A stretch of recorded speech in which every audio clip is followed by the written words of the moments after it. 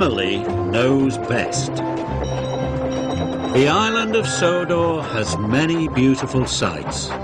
There are green fields and hills, and many beautiful castles. The engines of Sodor love to visit them all.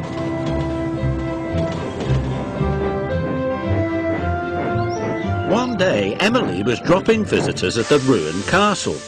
Once upon a time, a queen had lived there. Queens are in charge and tell everybody what to do. I'd like to be a queen, thought Emily. Down the hill from the castle, Toby and Percy arrived. They were to shunt trucks. Percy had never worked there before. Look at the castle, peeped Percy excitedly. I wonder who lived there. A king and a queen, said Toby. They ruled the island and told everyone what to do. Percy stared at the castle. He was dreaming of kings and queens. Percy, called Toby, come along, we've got a lot to do today.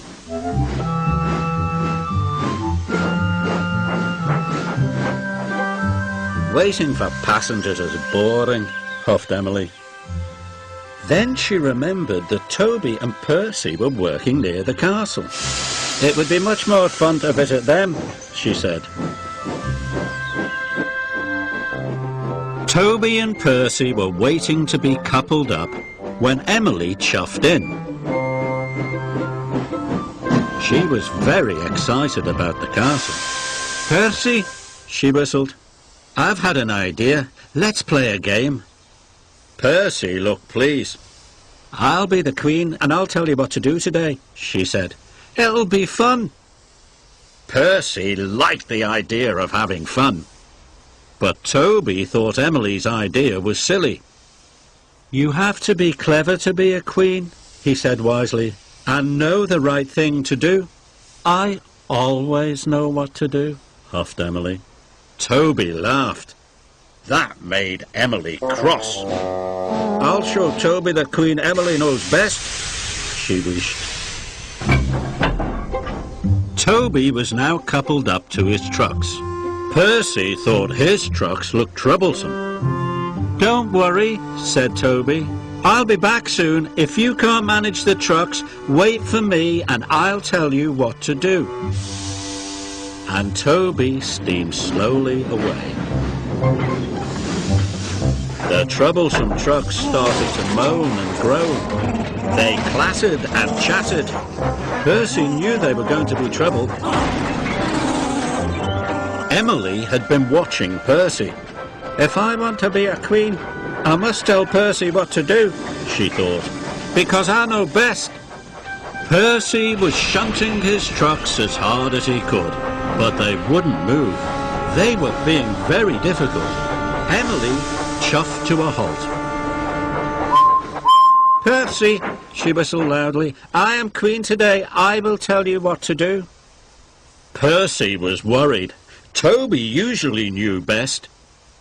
Take these trucks along my track, said Emily. It's faster and the trucks won't complain. Toby will be pleased when he sees how quick you are. Percy wanted Toby to be pleased. I'll do as you say, Queen Emily, he tooted. Emily was pleased with herself. She watched as Percy blew a big whoosh of steam. Percy puffed and he chuffed, and the troublesome trucks sped off. Emily let out a whoosh of steam. She did know best. But suddenly there was a terrible noise.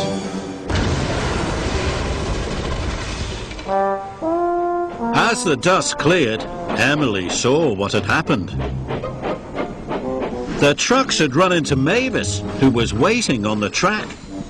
Luckily, no one was hurt, but her load of stone had spilled all over the lines, and one of the trucks had come off the rails, knocking over a telephone pole.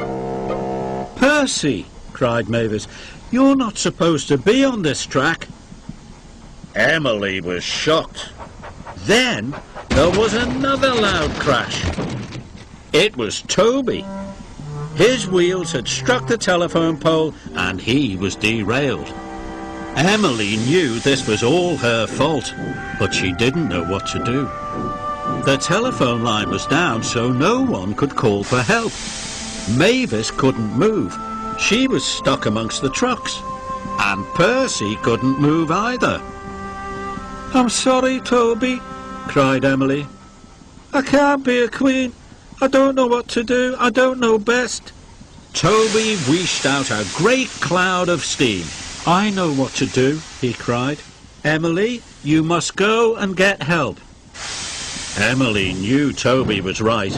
She steamed off as fast as she could.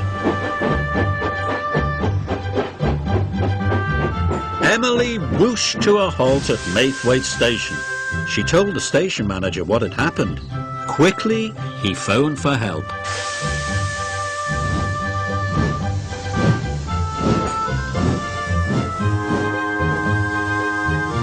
Soon Toby had been lifted back up onto the rails.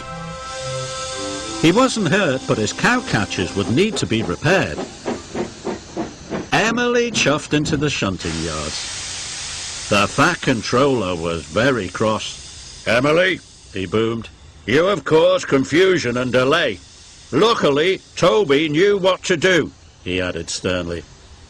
"I'm sorry," Emily said. "Knowing the right thing to do isn't as easy as I thought," she chuffed. "In future, I'll leave that job to a king or a queen or to Toby."